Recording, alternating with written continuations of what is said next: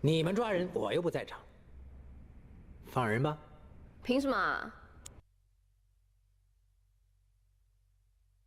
Turning on a friend.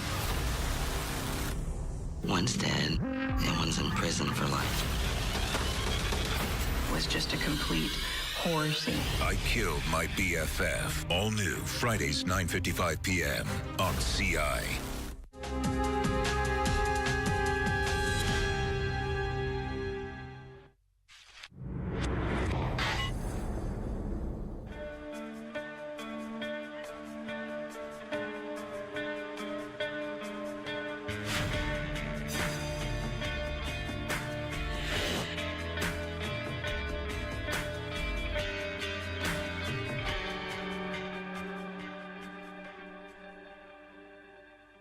We just finished meeting with Detective Bigacki from Garfield Heights Police Department. He has notified us of an arrest of an individual in the city of Cleveland that is a suspect in their investigation, their homicide, but whose weapon matches what was used in our homicide. So there is some crossover between these two investigations.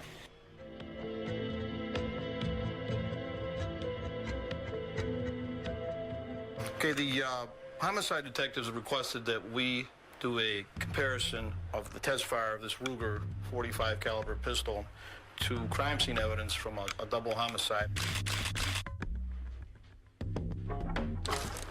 What we're going to take is some Remington .45 auto caliber cartridges from the firearms section stock of ammunition that we maintain on file here to use for our test fires.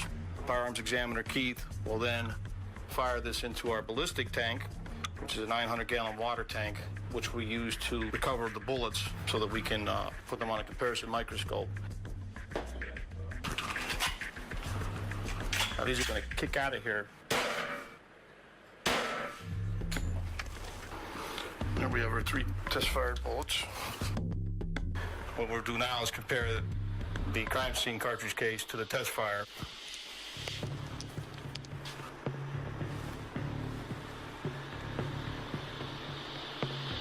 On the left side, we have the test-fired cartridge case.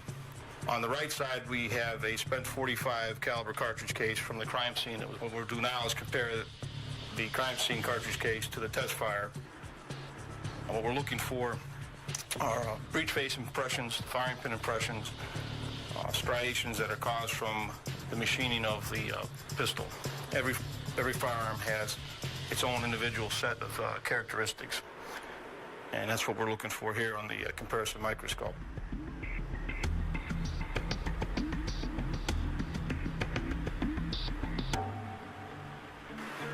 The striations within the firing pin drag mark are somewhat different. The ejector mark on this one is different than the ejector mark on the test fire. So these 2 cartridge cases do not match. The Ruger .45 caliber pistol that they submitted was not used in that homicide. All these cartridge cases from the crime scene, along with the cartridge cases from our test fire, go into what's called the NIBIN system. It's a big database. Everyone inputs their data. The computer will go through the data and find what it believes is matches. We then pull that evidence and sit down and do just like we're doing here. We manually look at the evidence.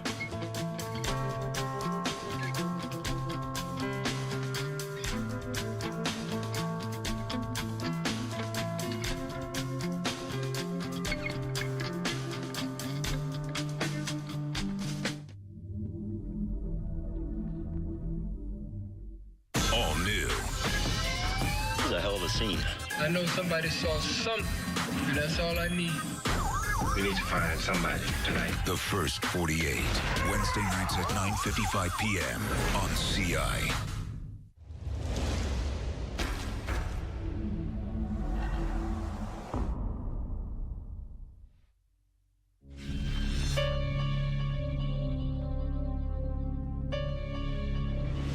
Coming up on The First 48.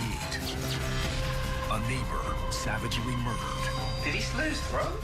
Just about decapitated. Detectives desperate to piece together clues. Do you know where he stayed? Nothing is what it seems. Where'd he go? right there, right there. I'm just not sure anymore whether he did it or not. And the clock is ticking. For homicide detectives, their chance of solving a murder is cut in half if they don't get a lead within the first 48 hours.